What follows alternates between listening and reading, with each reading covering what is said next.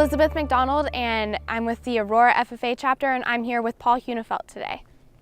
First off, would you be able to share with me a couple of the background aspects of your operation? Early in our years, after we were married in '74, my wife and I visited a number of farms that were doing different types of farming and gathering ideas, went to some seminars and so forth. And I know one thing then that kind of was a moment when you start to see things a little different, an aha moment. We were using chemicals at that time, but when my wife and kids would come out to bring me lunch, I wouldn't be able to let the kids play in the dirt.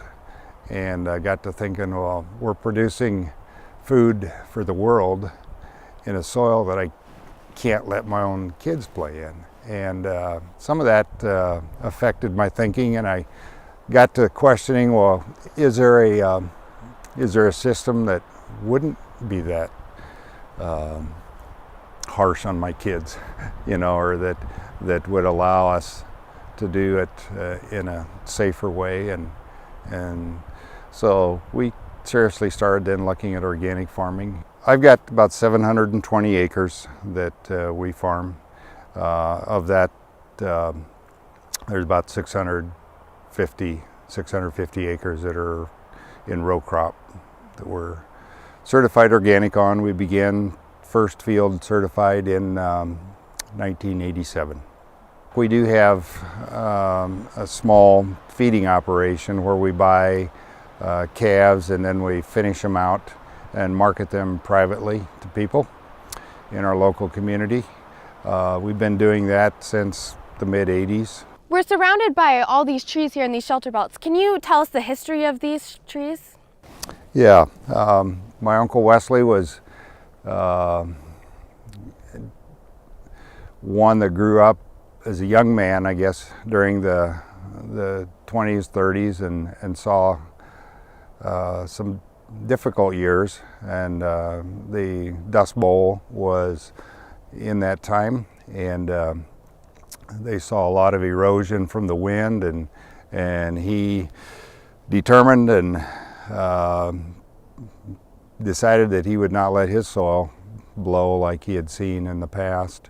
And so he studied forestry some in his school at time at the university, and decided then that he would plant shoulder belts. Most everything he did was single row shoulder belts, which gave the benefit of the windbreak, but didn't take out a lot of cropland. And as you can see, most of them, like we have here, are the evergreens, which don't affect the crops out in the field like a deciduous tree would. What measures do you take to ensure soil quality and retention? Like I mentioned, my uncle planted trees. The windbreaks are not only a aesthetic, but they do slow the wind down, and you can feel a big difference up in the farmyard, when we're working around the house and the shop, just on the comfort level. In addition to the shoulder belts, we try to tailor our tillage system to prevent wind erosion. As you can see, the farm is pretty flat, and so hills are not an issue right around here.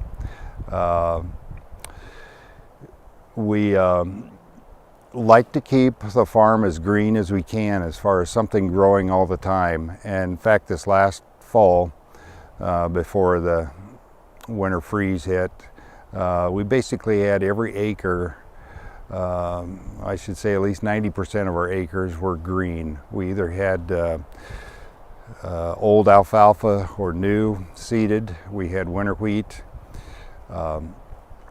or we had a cover crop of oats planted on the corn stubble.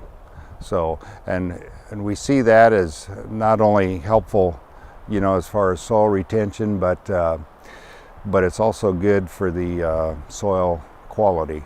We also add, you know, manures, composted manure.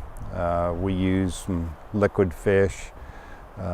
Occasionally we use some mined minerals like soft rock phosphate, ag lime for calcium, and just a number of other biologicals too that we use to stimulate the life in the soil, which turns into quality.